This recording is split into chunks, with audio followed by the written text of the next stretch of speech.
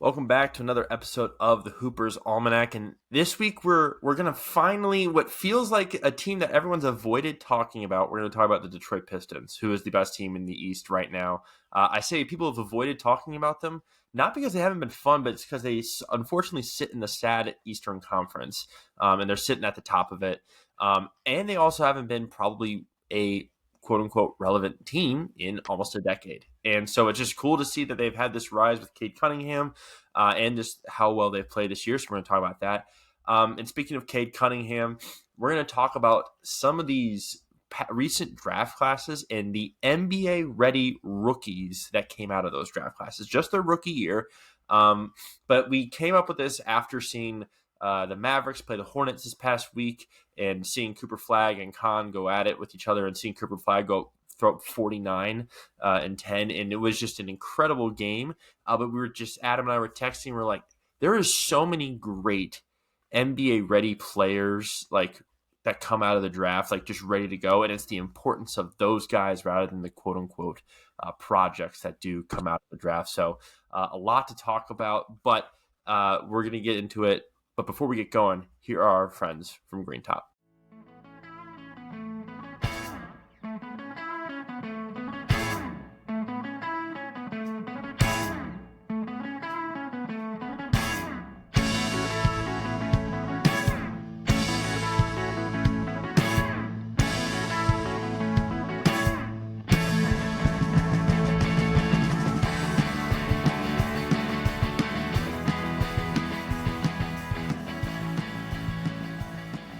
We're back. And Adam, it has been honestly, this past week, the NBA loaded up a lot of pretty good games this past week, knowing that the NFL wasn't going to compete. The NFL is kind of has its like week off before the Super Bowl, which is this coming weekend.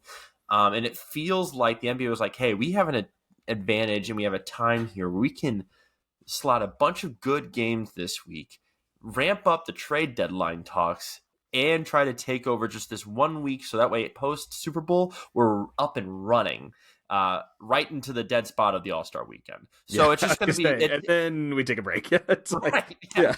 I mean, that's the thing I wish the NBA did better about was like just scheduling the deadline, the trade deadline being the Thursday before the Super Bowl. Criminal. Just like it's not going to get a lot of talk.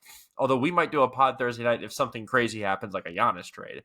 Yeah. But but it runs up right against the Super Bowl, and that's just tough. And then, right after the Super Bowl's All-Star Weekend, which the NBA tries to hype up, and we still consider it. I mean, we both think it's absolutely dumb.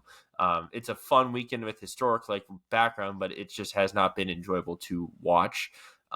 So we're not here to talk about that, though. We're here to talk about a team that has two All-Stars on its team, and both Cade Cunningham and Jalen Duren, the Detroit Pistons. And Adam, they had a pretty good week this past week. I was looking it over. I mean, and we both watched some games over this past week. They did have that loss to Phoenix, but they also beat the Nuggets, and then they beat the Warriors, and then they beat the Brooklyn Nets, which you said you watched, and that was the biggest difference in like their franchise's history? Yeah, largest margin of victory in franchise history. They won by 53 over the sack Brooklyn Nets yesterday. So it's like, of course, I was like, oh, I'm looking at mapping it out this week. It's like I'll watch, I'll do the extended highlights of the other ones, and this is the one I can kind of watch. And it's like, I mean, I didn't expect it to be a close game, but I did not think it'd be a 53-point blowout. So, but it was kind of cool to get to see some of their lesser guys who don't get as much burn, play some. So it's like, okay, like like your Sassers of the world, and it's like that. Javonte Green. It's like, okay, like this is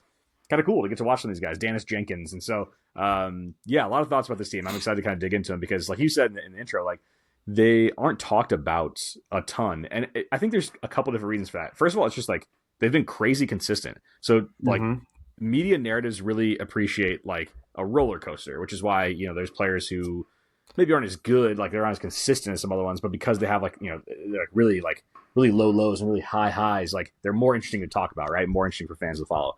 Right. Detroit just consistently wins 75, 3 out of 4 games, just like 3 out of 4, 3 out of 4, 3 out of 4, 3 out of 4. And that's how you get to a 36-12 record where you've won exactly 3 out of your 4 games, on average. So, that's just like, it's not super exciting, but they're one game behind the Thunder for the best record in the league. I mean, this is a really, really, really good team.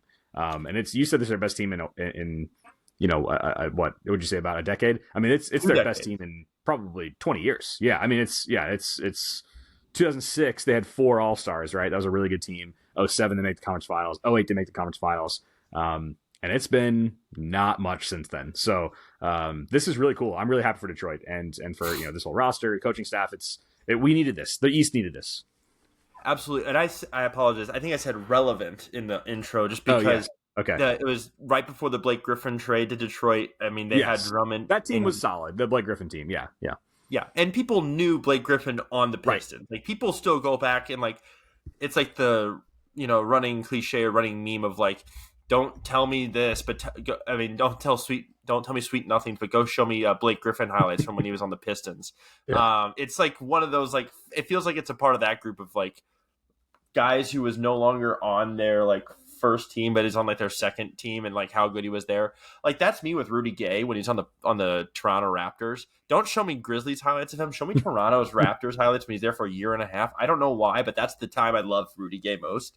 Interesting. But yeah, the Pistons, like you said, haven't been great in 20 years, in 2 decades. Haven't been relevant in a decade. And there has been this, I'd say, a roller coaster over the past 4 years, but not this year. Like we Right. had the Monty Williams thing literally 2 years ago for the like Yeah. where he was 28 actively game losing streak. Incredible. right or not so incredible. And then last year, just they fought so hard against that Knicks team last year, and that was like, okay, are they going to be next year's jump, next year's darling, or are they going to be what the Magic were last year and this year of like, oh, they had such a good year and they're going to kind of have a step back. They've taken over the East in this year, and it's been a lot on Cade Cunningham's shoulders. But what's been helpful is Jalen Duren's like jump that he's made this year. Not that his numbers have, I mean, his numbers have increased. Let's not like hide under the bush. I mean, that's why he's going to be an all-star this year. But the impact that he's had and what he's I mean, I think Duren himself has done defensively is so good. His points per game have gone up from basically 12 to 18. Incredible. Rebounding's been basically the same. And then his defensive numbers have like the counting stats have dropped. His impact in the team stopping going to the rim because of him being down there is so high. Him and Stewart, it's like the two guys you don't want to be like anywhere near on a basketball court. Duren is just a mass of muscle. And I have a comparison I'm going to throw out to you later about what I compared Duren to. But just starting there, I think while Cade has been phenomenal, and there's a reason why he's been named an all-star starter, I think Duren's jump that he's made this year has been the reason why they are even like in this stage to start. Yeah, and then all just internal improvement of the other guys too, right? Like Isaiah Stewart's a better player this year than he was last year. Sar Thompson, better player. Ron Holland, Karis LeVert, he's been hit or miss, but Javonte Green, much better player than he was last year. And then the addition of Duncan Robinson, to replace the Malik Beasley and the shooting. I think all those things factor into it, and it's just like just that consistency. They also have been very healthy, which is rare for these really good teams this year. So a lot of their guys have played the majority of the season, which is really helpful. So they have continuity when these other teams are really struggling for it. So I think all that factors in. But Duren, I think, is a great guy to highlight because deserving all-star for sure. I mean, he's only 22 years old. Like this guy's got a heck of a career ahead of him, and he is a tank. Like he's just such an impressive athlete. Like it's just like, man, I mean, just absolutely chiseled. But the scoring great. His decision making to me is what stood out when I watched them. Is like he just is like keeping it super simple and just makes the right read constantly. Like in the short roll, like, okay, I have a mismatch, I can shoot a jump hook here, this is actually the right time to shoot it. Oh, I've got like a really good defender on me, this probably would not be wise for me to try to like go get in my bag in the post here, like let me just kick it out, keep the thing moving. Like great screener, right? He's like a great roll man. I mean, he just has been really really solid. So I have nothing positive to say about this team. Like I don't see them as like a legit like, oh man, like I guess they can win the title just because like they're gonna probably get out of the East, but they feel a player short from like being able to win it, but that's okay. That's okay. Like they've got some moves to make, which I think you're going to throw out some here in a little bit. But you read my mind really so well. This is a really good team. I really like them. I love their playoff prospects. They're obviously going to have home court. I mean, what are they now? They're 7 ahead of the Knicks now, right? So it's like this is not even. Yeah. I mean, they're easily going to have the 1 seed. So again, we needed this. Like if they would have been like if they're at like what would their record be if they had like 10 less wins? Like we would just be in such a dark place with the East. But we needed at least one team to kind of like really rise up and have like a really good record and kind of dominate that side of the bracket. So yeah, it's been awesome to watch them. No, and I'll say this: they have had like the big qualm for them. It felt like coming into this year was like, okay, who's going to replace the Malik Beasley shooting? And we've had the rise in the roller coaster that is Duncan Robinson. You get that every year, and more recently, he's been phenomenal. Like the Warriors Yeah, game, he hit 5 threes, and it is. Of course, he's probably going to be the one that's attacked on defense, especially come playoff time. That every team's going to look at, especially because every guy on that Pistons team can guard. Even Cade, to a lesser extent, than like Thompson or Stewart or Harris or even Duran. Cade still can play defense. They're probably just going to drive or try to go at him just so he can get tired out easily. But I was going to say Robinson is like the one in Darius and Danish Jenkins are like the two guys who on defense I'm like, I have worries, but those are two guys I'm like, okay, you can find like guys to hide them on. And Bickerstaff is a smart enough coach of like, here's when we know the moments to like get these guys out of the game. If it's not working or if we're not finding the matchup there, it's not worth going for. Can I throw my Jalen Duren comp at you real quick? sure. Jalen Duren to me is the lesser, like slightly lesser version at right now. I mean, like you say, he's 22 years old of Dwight Howard. It's Interesting. it it Yeah, is I like that. it is the strength of Howard. It is the ability to know, like you said earlier, like his instincts of like, hey, here's when it's like the best time to attack, and then also just like here's when I can like know how to kick when it's right to kick it out.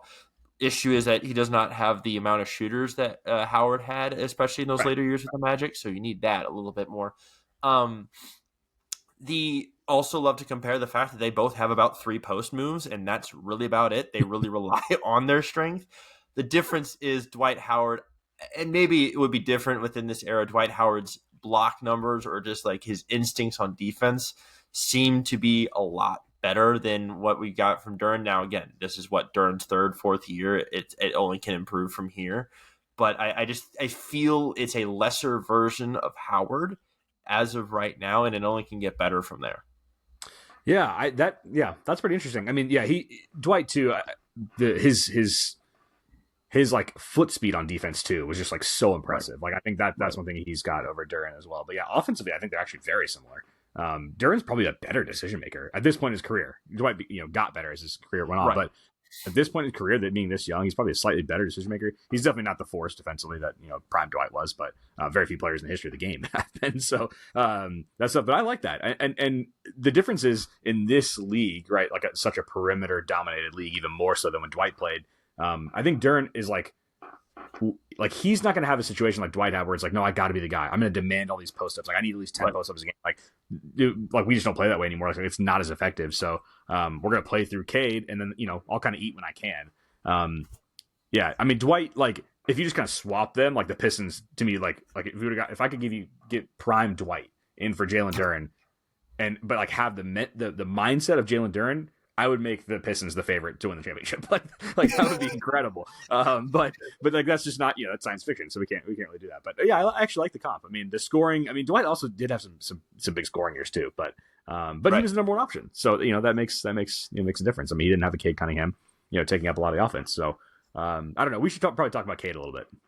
Well, I was gonna say one final thing. It helps that Duren also gets 4 offensive rebounds a game, and like it Yeah, feels like of those 4, half of them are like put back dunks.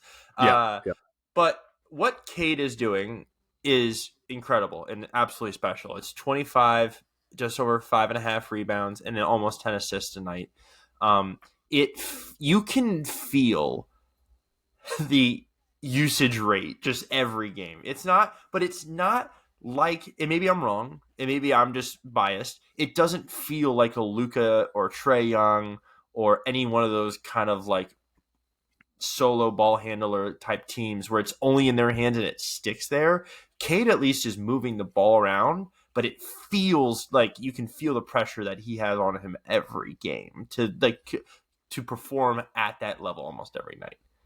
Yeah, they maybe more so than any of the other kind of like top tier teams in the league would be like absolutely lost without him. I mean, like they'd be in a real rough shape. Whereas Mm-hmm. like I think some of these other top teams, if they lost their main guy, well, I mean, look at your Celtics, right? Like they lose their main guy, and like they're in really Yeah, good shape. They have a bunch of other yeah. dudes and another guy like Jaylen Brown who can mop up and like soak up a lot of that kind of usage rate value. So yeah, I mean, Cade's been amazing. He's leading the league in assists. And also averaging Mm-hmm. 25 points a game. 3-point Right. shooting is not awesome, 32%. You like to see that kind of come up a tick. He's shooting 6 a game, but he's like you said, there's so much on his plate, and he is just answers the bell like every single time. I mean, he's so physical. He's so awesome at getting to the rim, using his body. Great finisher. Like I'm so impressed with what he's done. There were some kind of people who threw out the Simmons did it once. I think Zach Lowe did it once. They talked about like the USA team on the next Olympic team, and it's like Cade. I don't know. I'm like, man, Cade like absolutely has to be on that team. Like I don't see how they can get away with not having him on there. So loved his season. He's like easily like an All NBA like MVP candidate for me. I mean, yeah. Unfortunately, it's in a time where SGA and Jokic and Yeah, Doncic are all playing at the same time, and yeah, it's ridiculous what those three are doing. But Cade, you're right. What you said earlier is like, I think if Cade was hurt, you would see the biggest drop off in the Pistons, like compared to any of these top teams in the NBA right now, and I think that is the true sign of how important a guy truly is to a team, of course. But what he has to do, because truthfully, outside of Danich Jenkins, I can't trust a guy to bring a ball up the floor for this team outside of those two guys. Like Thompson does it every now and then. Ivy, since he's been healthy, it's kind of increased every now and then. Holland, what are we doing when he's bringing the ball up the court? Because I feel like half the time that thing gets stolen from him. So it's yeah, just like I feel like the biggest impact that Cade has is just dribbling up the court, and he's doing like just outside of an out of bounds play. I mean, just like out off a made basket, and you're like, that's so important because honestly, like you said, he's such a physical impacting player. Whenever teams like the Pacers like kind of press full court and what they're going to do come playoff time, his impact and ability to like bounce off those guys and be like, hey, I'm still stronger than all you guys. It's so important. He provides such a matchup issue for just about every team because they're like, okay, we can't put, like, for example, like the Knicks couldn't put Bridges on him because he's just not strong enough. They would probably have to put like Anunoby or Hart on him. We kind of saw that last year. Bridges is kind of quick enough, but he's not strong enough to stay in front of Cade. Uh, I'm thinking about like the Celtics. It couldn't be Derek White. It'd probably have to be Jaylen Brown who guards him like in like key moments of these games. And yeah, just thinking about those top tier East teams, it provides immediately like, okay, one of our forwards is going to have to go guard Cade Cunningham. Great. Now one of our guards or other smaller wings is just going to have to go guard another big physical wing that's on this Detroit team.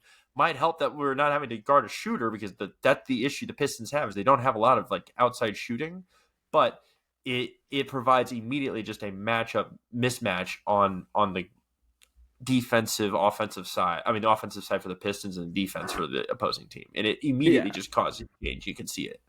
I think people forget that he's 6'6", 220. I mean, he's huge. Yeah. And obviously does so much ball handling, so you kind of just like, oh, he's a point guard. Yeah, it's like, but no, he's like significantly bigger than a lot of the dudes that end up guarding him. So, this team is awesome. This team is awesome. Let me hear a couple trades.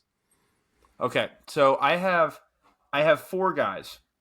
Two are kind of on the rotational lower tier.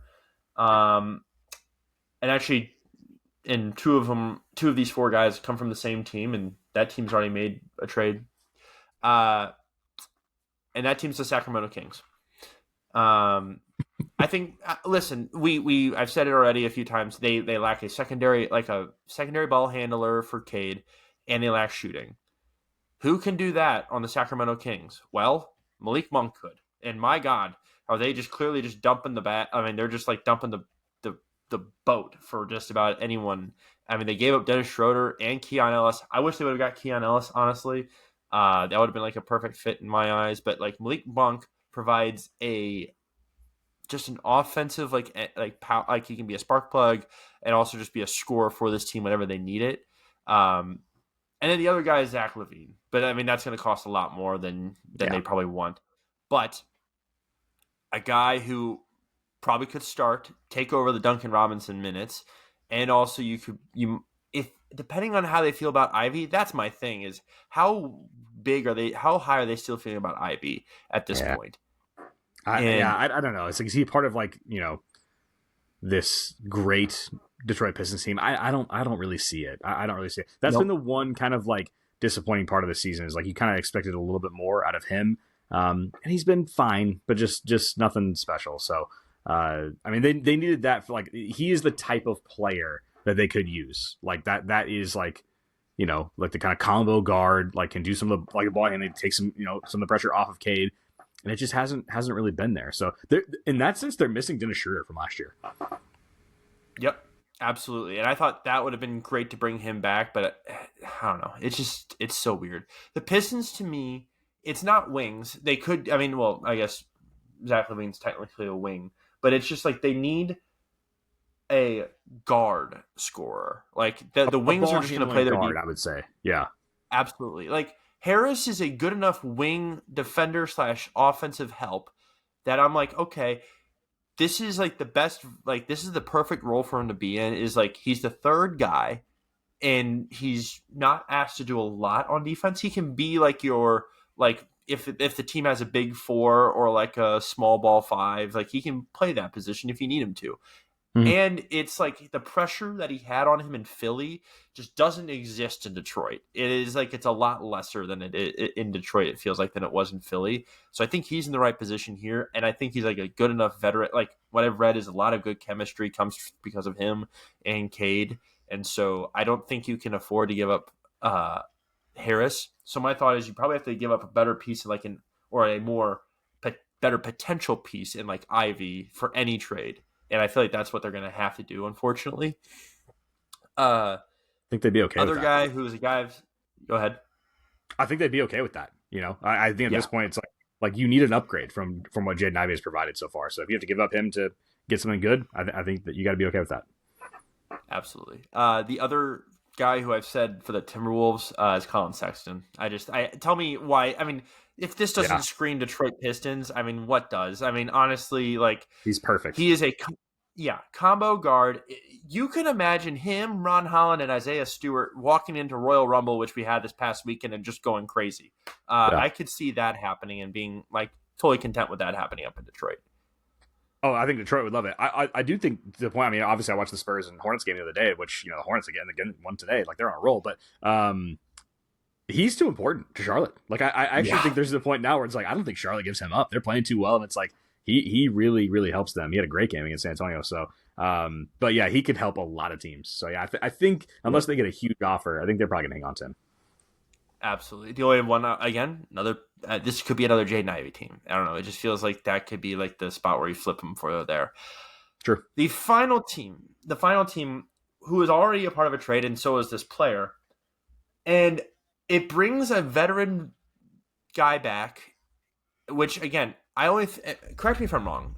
Harris is probably the only veteran I'd consider on this team. Robinson's like weirdly not a veteran to me, even though he's been around for like 5-6 years. I don't consider Levert a veteran because he's like, I don't know, he's hurt half the time. And I feel like they could use Javonte Green. I would say would be a good vet for them. That's fair. 2017, yeah, that's fair. He's 32. I mean, yeah, he's actually the only player who's played every game for this team this year. That's crazy. Yeah, That's crazy. Yeah. They've got a bunch of guys. They've been healthy. They got a bunch of guys in the kind of 40. Missed like 2 games, 4 games, whatever. He's played in every game. Okay. Yeah, you're right. The guy I think about is CJ McCollum. Now, it would have to be like, could Atlanta eat some of the price on it? Because my thought is, again, but don't make him a starter. He's got to be just like a sixth man, like he's like, or just a bench or role scorer. Come in and be the guy who kind of takes the ball out of Cade's hands, so that way, again, guy who can dribble the ball up the court, but also a guy who can score in bunches and has proven to do so in the playoffs. And also again, the only issue is he would not fit the defensive structure of this team. And that's where, like, I feel like Detroit's identity lies. And I think of all all the 4 options I offered, Sexton's probably the best defender. Levine does try. We've seen it whenever he was in Chicago. He, like, early years, he would try on defense, and it was still nice. But McCollum is, you bring him in as your, like, scoring option off the bench and not to ruin anything that's going on in that starting lineup. But that's the only other guy. He's your Vinny Johnson. Yes, absolutely. That was almost exactly what I was thinking about. I didn't want to put the microwave's name in vain. But it was exactly who I thought of whenever I was coming up with these ideas on Saturday. Honorable mention was DeMar DeRozan, but I'm like, no. And then yeah, I know. The other honorable mention I had, and I would hate it, absolutely hate it so much, but if somehow, some way, this team got, like, Jordan Walsh, I would lose my mind. But I feel like he'd be perfect for this team. But I just don't know why Boston would do that. So yeah. I mean, to a direct rival. I mean, that's pretty rare. The trades like that happen in the league, where it's like a team you're competing with directly for, like, seeding and playoff positioning. Yeah, I don't see that happening. No. The only other option I saw was Clay, and, like, if, like, Klay Thompson, and just be like, hey, just come in and shoot buckets, but, like, see if he can get hot.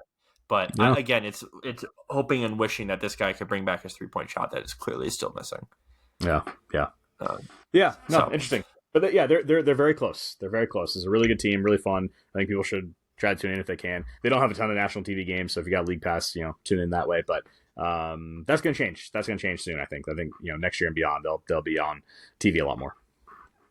Absolutely agree. So with the play that we saw last week with Cooper Flagg going up against his former college teammate Khan, and the Mavericks playing the Hornets, we were just given such a great opportunity to watch 2 great rookies who have truly proven that they were NBA ready to start this season. Flagg had to grow into his own, and after Kidd gave his reasoning. Did you watch that video of Kidd? That was weirdly intense. Yeah. Why was he so angry? I don't really get it. I wonder if it was like he had been holding back for so long, and every other podcast had given enough crap. He's like, okay, freaking, the next time a reporter asks me something about it, I'm going to let loose. And he got fined a good amount for it, which is crazy. I mean, that was weird. That was, like, way too intense. But I actually do agree with that whole like storyline has been way overplayed. Like, and Simmons is the main culprit of it. Like, how stupid he was playing a point guard for the first. It's like, I don't know, man. Like. I mean, he did this with Giannis, and, like, it really helped Giannis. Like, it's okay. Like, this was not a championship level team. Like, it's not like, I mean, you're hurting the team. It's like, who cares this year? I mean, I thought that was that's been a weird criticism that I think has gotten too much play. It's like a fun thing to kind of grab onto, like, Cooper's playing point guard. And it's like, I mean, he just brought the ball. I mean, a little bit. I don't know. Like, that whole thing has been overplayed, and then Kidd's response also over the top too. So it's like the whole thing is just too big of a deal. It's not been that big of a deal. No, I totally agree. But we've had, a lot of incredible rookies so far this year. We named 2 of the top 4, plus Dylan Harper on your Spurs, VJ Edgecombe on the Sixers has been incredible too. And we could go on and on. Even Ace Bailey has kind of come on pretty recently with this Jazz team, who they're giving him some run finally, but he's also just proven, hey, I can still make tough shots and play defense against NBA talent. He's been a lot of fun so far. That this whole top 5 has been a blast. But we say all that to say, it is so rare and important for teams when they do find NBA ready prospects right out the gate in their rookie year. Like, a lot of things, it's like, okay, is this a project? Is this a guy who is going to take like 2 years to develop, or even a year to develop?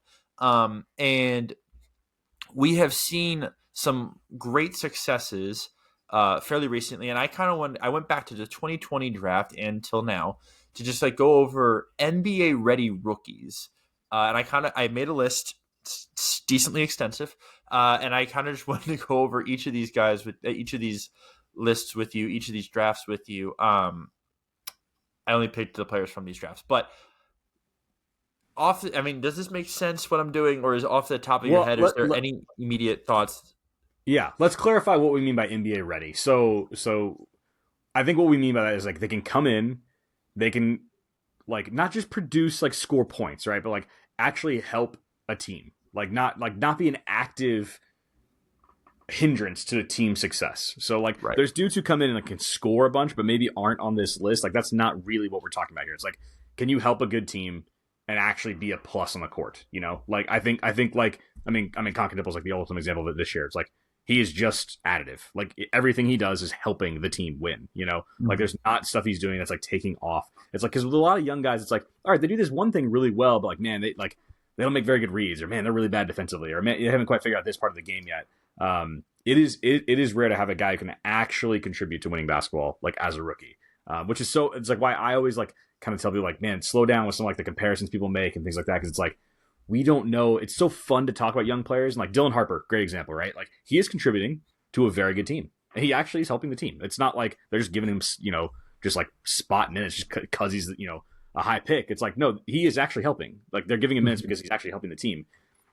But I've said this before. What Dylan Harper would have to turn into to warrant not trading him or him being the center of a package for Giannis Antetokounmpo is like he would need to be the best point guard in Spurs history, which he's probably not going to be. Like that genuinely is like what it would have to be. You never know, Adam. I mean, his only competition is Tony Parker. You never know is like what is more fun. Like I'm being boring. I know that. Like it's more fun to be like, oh, this young guy could be this. He could be this. It's like, but then you look back and you're like, wow, very few players actually turned out to be that good.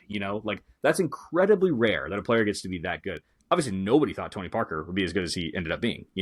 It's like that's almost like the reverse of this. So I just like this is gonna be a fun exercise because obviously we have 5 years now of proof of some of the guys in the 2020 draft, whereas we don't have as much with the current guys. But I'm excited to kind of get into this because I'm sure there's gonna be some names that I'll be like, oh wow, like I guess I wouldn't have thought of them as NBA ready, but they probably were. And there's gonna be some where again we maybe not didn't think they were gonna be NBA ready, but they actually ended up being. So I'm excited to go through it.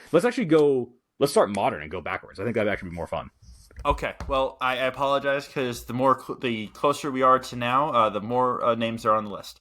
Well, yeah, that makes sense because we don't have as much information. That makes sense. Yeah. Yeah. So so far this year, we'll start with the 25 draft that happened almost a year ago. I have Cooper Flagg, Dylan Harper, Edgecombe, Knipple, Ace Bailey. I also then have Trey Johnson, who I think has been phenomenal and just has been a great shooter and has been vaulted up there. I have Igor Demin, who has blown every possible thought about how bad this Brooklyn Nets thing could be, and he's been their third best player behind MPJ and Claxton, especially recently. Colin Murray Boyles in Toronto. He's been important to what they do a lot. I have Cedric Coward, Derek Queen, and then we get to some parts where Mitchell, are you just fanboying now? Yes, because Hugo Gonzalez is on this list. That can't be real. I had Maxime Renaud, the center for the Kings, who had a great 3-week stretch there, and then I'm like, okay, he definitely hit his rookie wall. Yeah. And then I had Sion James, the wing for the Charlotte Hornets, who's played actual important minutes for them throughout the season. Who on that is just what, Mitch? What are you doing? What are you smoking? I would say James and Hugo. They're just not like if you plopped them on the Rockets, they wouldn't be playing. I mean, I just don't maybe Hugo because they like to kind of have the ball pressure and all that stuff. But are they really are they just kind of sopping up minutes because you have to play somebody, or are they really helping that team win? I would say no. Maxime Renaud, that's an interesting one because he did have a really nice stretch there, but I would say overall probably no to him too. But I think all those other names, Derek Queen, clearly, NBA ready. That is, obvious. Yeah, there's a few guys there. I think that's what's showing is this is a really good draft class. Probably even deeper than we even realized. And I'm not a big draft guy. I don't follow this stuff, super closely. I try to just judge them once they actually get in the league. So really, this is actually easier for me to do because I have no, I don't care what they did in college. So I have no preconceived, thoughts of where these guys should be. So I'm just judging what they've done in the league. And now I would say most of those guys on that list, deserve to be on there. Colin Murray Boyles, I think for sure. Who was right before him? There was one name I was like, Igor Demin, the Nets. Yes, they're just so bad. It's somebody has to play. But he's been good. I saw him really early. It was one of his first games, and he didn't look that great. But I don't want to let that linger too much just because I saw him. But Yeah, he's the only one that'd be kind of like, I don't know. I mean, that's just one of those. Again, if you put him on, you know, the Heat, like, would he even really be playing very much? Probably not. See, here's the two things. You just have said two teams who I consider very defensive minded. So, like, let's put it this way: would he be playing for the Phoenix Suns? Maybe. Yeah, maybe be playing. Yeah, I guess. Yeah, obviously would be playing Like, as Brooklyn. I mean, clearly, but right, he wouldn't be yeah, starting he wouldn't be starting over Colin Gillespie, which is my yeah, thing though. It's like yeah, he could be just a really good shooter off the bench, which he's been a great like kind of creator both for himself and for others for this Brooklyn team. But I that was one I leaned back and forth on. You could not deter me from those first six guys that would flag Harper, Edgecombe, Knipple, Bailey, or Trey Johnson. Trey Johnson forever might be the little Longhorn lover inside me, but still, I also think he's proven to me that he can make tough shots against everyone, and especially at his size. yeah. That's fair. And then I think Queen would be the next one. That like clearly. I mean, obviously we're going.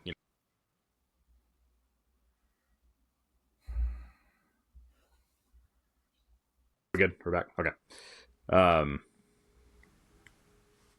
we're good. Yeah, we're good. Yeah, I had to ignore that call.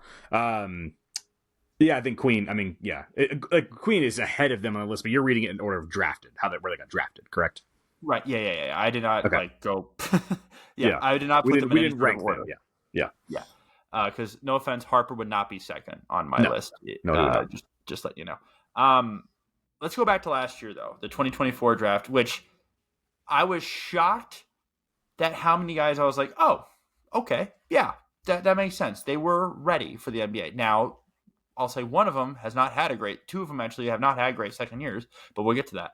I think Alex Sarr was ready for his rookie year. It started absolutely terrible, and then it got so much better as the back half of the season went on. I think he fits. I had Castle, your guy Castle, Stephon Castle. Yep. Klingon, I mean, he just felt like a defensive anchor immediately for Portland.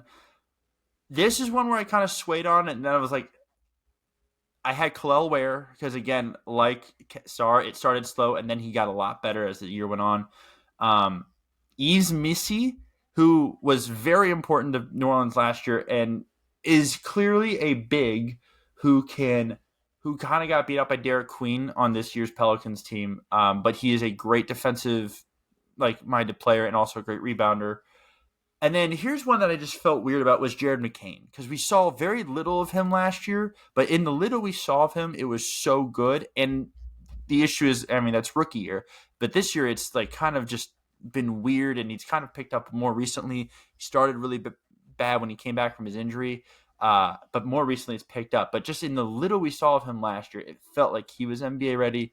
And then I had Zach Edey. But those were like those are the guys I had for last year. So yeah, I think Sarr for sure, Klingon for sure, Castle for sure. Yeah, I have no qualms about it. There was a couple guys I was like, oh, okay. So go back to that. Where Missy? No. So where's a good one? Where's a good one? Missy, I don't think so. I think that maybe a good way to think about this is like, if you could plop these guys on any roster in the league, would they impact the team like positively? Sure. And I think like Ware would. Whereas Missy, I don't think so. And then I'm like Castle clearly would, like Klingon, I think would, at worst he's gonna be your backup center. He's gonna be solid, like I think that's fair for all these guys. And like I think like in the last draft, like this one that we just had, like Colin Murray-Burrell is the type of guy. It's like he could kind of just play anywhere, like he could play for any team. Like there's no, because of his player profile type, like he is like the type of guy like every team needs. Like I like that one. Whereas like like Yves Missy, I don't really think so. Like I think it's a pretty specific like role. Like he doesn't have a super wide skill set, things like that. Okay, fair enough. And what do you think of McCain and Edey? Yeah, McCain, gotta see more. That's a tough one. Like, and he also got kind of market corrected with VJ coming in and just being like way better than him right away. Right. That's kind of a tough spot. And then obviously Grimes, coming back and being really solid. So yeah, that's a tough. Yeah, McCain, I maybe need to see a little bit more. He was good to start the year last year for sure. Yeah, he's one of those weird guys. Like he's super famous, but like he's probably not as good as his fame indicates. But yeah, so we probably just need to see a little bit more. Okay, perfect. Then in 2023, which is the Wemby draft, This was the lowest I had, the lowest number of anyone, and it's kind of been changed now. I had Wemby, of course. Yeah. I thought Brandon Miller was very impactful his rookie year. Scoot started slow, but you don't think so? No. Okay. Way too many turnovers. He just doesn't shoot well enough. Yeah, like to me, he is hurting. He's like hurting a team. Fair enough. The only other guy I had was Derek Lively. I did not consider. Oh yeah, for sure, Derek Lively. Yeah, I did not consider the Thompson twins because I don't think either of them proved their rookie year how good they were going to be their second year. Both of them were so exponentially better their second year. I just did not consider Amin or Asar rookie ready for the NBA. I think that's fair. I think that's very fair. I mean, just like a little bit too raw. Again, this is not where they are right now. People are going to listen to this like, what? Yeah, no, obviously, Amin and Asar are really good right now. But as rookies, again, could you plop them on any roster and would they like impact winning? I would say probably not. Okay. 2022. So the Paolo draft. I had Paolo. I had Chet. And then we have a jump to Benedict Mathurin. And then Jalen Williams, Jalen Duren, Walker Kessler. And then our first second rounder, Andrew Nembhard. Andrew Nembhard, I went back and looked, started 41 games for this team back in 2022. And he was solid right away. He was double-digit scoring and almost like 5 assists a game. Yeah, I agree with. I mean, Lively. Yeah. Or wait, who are we on? What was the third guy? This is 22. So this is Paolo. Okay. I'll read it again: Paolo, Chet, Mathurin, J-Dub, Duren, Kessler, and Nembhard. J-Dub for sure. Kessler, his like best year was his rookie year, so he was like really solid right away. Mathurin, I'm torn on. Mathurin kind of feels a little empty calories. Like, is that really helping you win? But physically, he was ready. For sure. So that's tough. Those are two in a row where like at the top, obviously, obviously Wemby at the top is amazing, but once you go down the list, it's like, oh, this is actually pretty weak class. Yeah. Well, and the other thing is, so Duren was 9-9 his rookie year, and then a steal and a block a game, and already averaging 3.5 offensive rebounds. I mean, he was already a double guy his rookie year. Mathurin, I'll let that one go. But do you agree with me that Jabari Smith Jr. does not belong on here? No, I don't think so. Okay. Yeah, I don't think he does. Duren actually, the more I think about it, maybe does, because again, he's like at minimum, could he be all 30 teams backup center? Probably. At 9-9, absolutely. Yeah. I think Duren, like, again, he's not hurting the team. Like I think him being in the game does not hurt the team. So he was shooting 66% from the field. Yeah. I think I would actually include him. And it was also his lowest foul year. Unlike obviously physically ready, clearly. Yeah. Okay. 2021.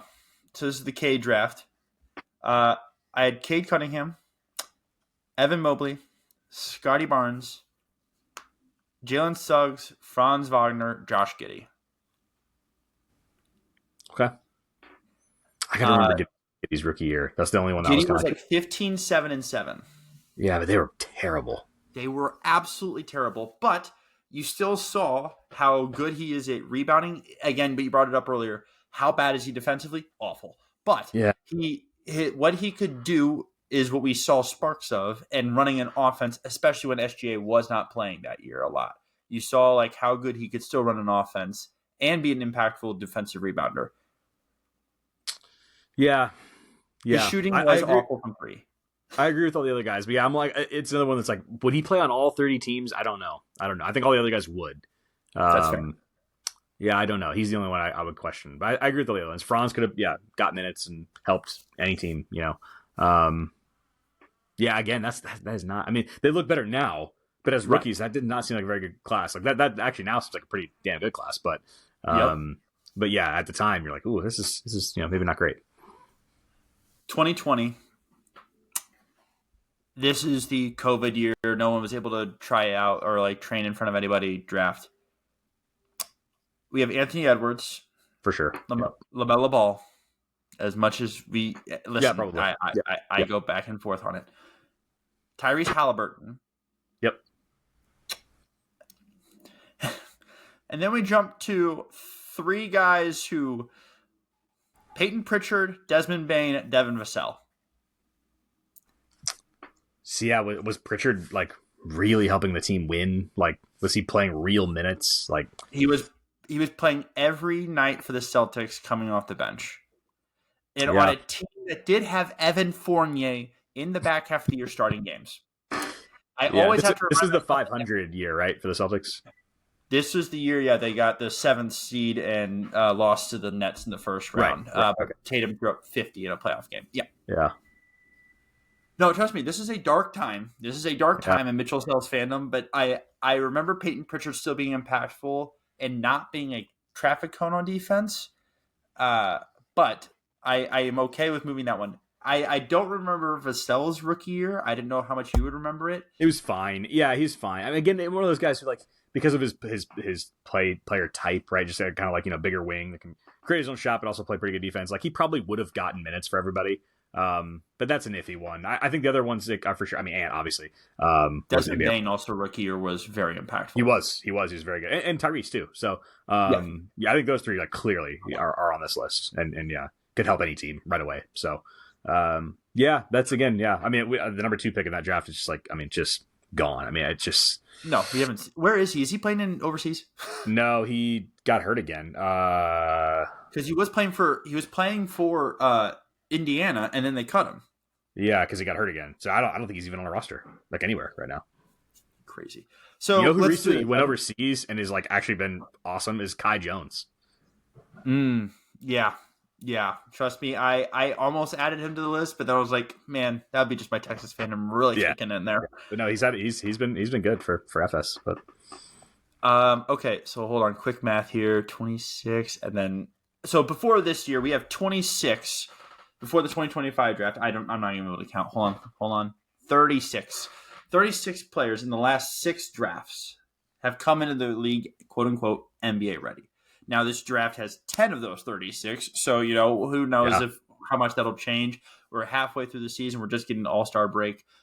It is a lot, but I think we brought it up earlier how deep this draft class is. Plus, I would like even debating like Walter Clayton Jr., but I was like, no.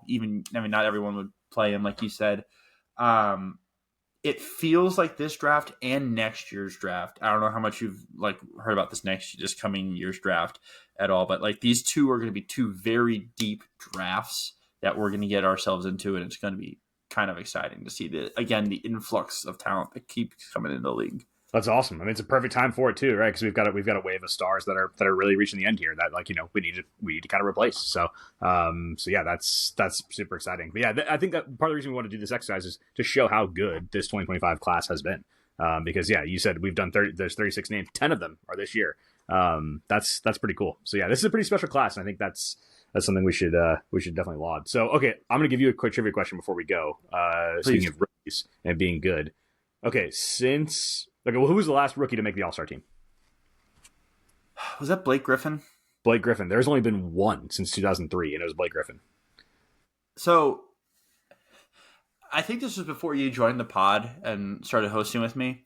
I thought there would not be... This is so bad of me. I didn't think there would be an All-Star at any point in last year's draft class. Like, from Sarr, Castle, any of those guys. I felt like I made my Stephen A. hot take last year was that. And then I got 4 texts from people who like apparently listen to our podcast, and they're like, you said what? And so I had people I had Carl Baltimore in my butt because he was like, you don't think Sarr is going to make a draft, is going to make an All-Star game? I think I'm about to eat one because of how good Stephon Castle has been. So, or I was going to say the 2 names you said, Castle and Sarr, I think both have pretty good chances. But no, I actually think that's a smart that's not a bad take because people always overrate youth. They always overrate. It's like, oh, he'll make 5 All-Star teams. It's like, man, it's very hard to make 5 All-Star teams. Like that is like Hall of Fame level players like make 5 All-Star teams. Like there's someone's like, oh yeah, he'll make this many. He'll do this. But it's like that is so rare that guys actually reach that point. So it's like I have some friends that have some bets related to All-Star things and stuff like that. And it's like the difference between a 1 or 2 time All-Star and a 6 or 7 times All-Star is pretty big. Like it's really hard to make it over and over and over as we're seeing with some of these players right now. That being said, though, do you know the last draft class to not have an All-Star? 2000? Yeah. So it's been 25 years. It would be 24 years. Yeah, to not have any at all, that's incredibly rare. Yeah, but it definitely wouldn't surprise me if there was just like they didn't make many. Over the course of their career, there was like that draft class only had like 4 or 5 like all-star years, if that makes sense. Maybe Castle makes it twice, Starr makes it twice, and that's it. Like that wouldn't surprise me. Yeah, it'd be interesting. Because how many did like Ginobili and Parker make? Parker made 6, and Ginobili made 2. Ginobili only making 2 is really just because he came off the bench. I mean, he was an all-star level player like for many more seasons than 2. And there was a year where he was all NBA but not an all-star, which is a list we should maybe do one day. Goran Dragic also did that one time, all NBA but not an all-star that year. All-star appearances are to me a bit overrated, and it's not like a total like measure of success because the conferences have been imbalanced. And there's all these different things. Like here's an example I would use. Mike Conley and D'Angelo Russell are both one-time All-Stars. So by some metrics, they've had, they're both one-time All-Stars. But I mean, it would take just a very basic search of like these two guys, like, numbers and quality seasons to know that Mike Conley's had like 5 times the career that D'Angelo Russell is. You know what I mean? So it's like, but like they're both one-time All-Stars. So like on these lists, it looks like they're in the same tier, but they're in completely different tiers as player. Mike Conley is a way, way, way more impactful player than D'Angelo Russell. But okay, so let me finish the trivia question. So Blake Griffin was the last one, right? So that's 15 years ago. So from 1990, so not including the 90 season. So David Robinson made it in 1990, so don't include him. So from the 1991-2 season on to 02-03, 5 guys made the All-Star team as rookies. Can you name those 5 players? Was it like Grant Hill and Jason Kidd? Kidd did make it. He was a replacement, but he is on there. Yeah, so technically 6, but yeah. Oh, okay. Gosh dang it. Timmy. Yep. LeBron. No. Oh, that's right. Yeah, it's the weird. It's the only year he has not made the All-Star team. That's ridiculous. Okay, hold on. So I got Kidd, Hill, Timmy, Mitch. Math's not hard. 3. Okay. Trying to think back to like these early drafts. Like Danny Manning didn't make it his rookie year, did he? Nope. Did Iverson? No. Got very close, but no. Okay, shoot. Yeah, I'm sorry. I'm gonna need help here. Who else am I missing? Okay, so a big man who is iconic and it was amazing as a rookie, and I mean. Oh, yeah, Shaq. So that's the only obvious one. Yeah, and then another big man. Lonzo Mourning? No, Lonzo Mourning did not. No, but Shaq. So Shaq in '93, Hill and Kidd in '95, Duncan in '98, and you're missing one in 03. Another big man, super popular internationally. Andrea Bargnani? No. Andrew Bogut? No. Think. I mean. Yeah. There you go. There it is. Yao Ming in 03. Yep. Okay, that's makes it. sense. That's it. That's how rare this is. You know what I mean? Like, cause rookies. It's very, very rare that a rookie makes the All-Star team, especially in this kind of like more recent era. Right. Crazy. There were quite a few in the 80s. I mean, so we had Kelly Tripucka and Isaiah Thomas in 82 as Pistons teammates. Buck Williams also in 82. Bird in 80. Hakeem and Michael in 85. Patrick Ewing in 86. Like Robinson, like we said, in 90. Ralph Sampson in 84. So yeah, the 80s had some, but since then it's been pretty slim. Dikembe in 91, 92. Can we also blame the fact that there was a lack of talent coming from the 70s into the 80s, and the 80s were like, hey, we got to add some like really good, some young guys to be in the All-Star game? Well, and that happened in the late 2000s too. I mean, late 90s and early 2000s. Right. It's like there was like some weak drafts in a row. So it's like, yeah, the guys from like, 99 to 05, we'll say. I mean, very few of them even had a chance to do it. LeBron probably being the best one. And even he didn't make it. So yeah, even LeBron James, who like was really good as a rookie, didn't make it. That's crazy that he or Wade didn't like make it, especially at their rookie year. So wild. That's our pod for the day. Talking Pistons, talking rookies. Thanks everyone for listening. Go follow us on Spotify and also subscribe to us on YouTube. We're posting our video pod there now, and then go follow us on all our social medias as well. Go Celtics. Chris Haynes can shut up with his talk that Jason Tatum's not returning this year. He's coming back. I'm done with that. He literally deadlifted to 400 pounds today. Chris Haynes, shut up. And then Chris Haynes has joined the Chris Vernon list of the Chris's that I don't like. There's some actors I could throw on that list too, but we're gonna hold off on that for another time. And then go Spurs. Get you and the Thunder get your stuff together after All-Star break, please, because I need someone to compete with this Nuggets team. I can't have Aaron Carter in my ear about the Nuggets. We'll see. It's so frustrating. I know. And also go Pistons. You've shown go how Pistons. well you guys have played this year. Yeah. Deserve it all. Thanks for having a great rest of your week, y'all.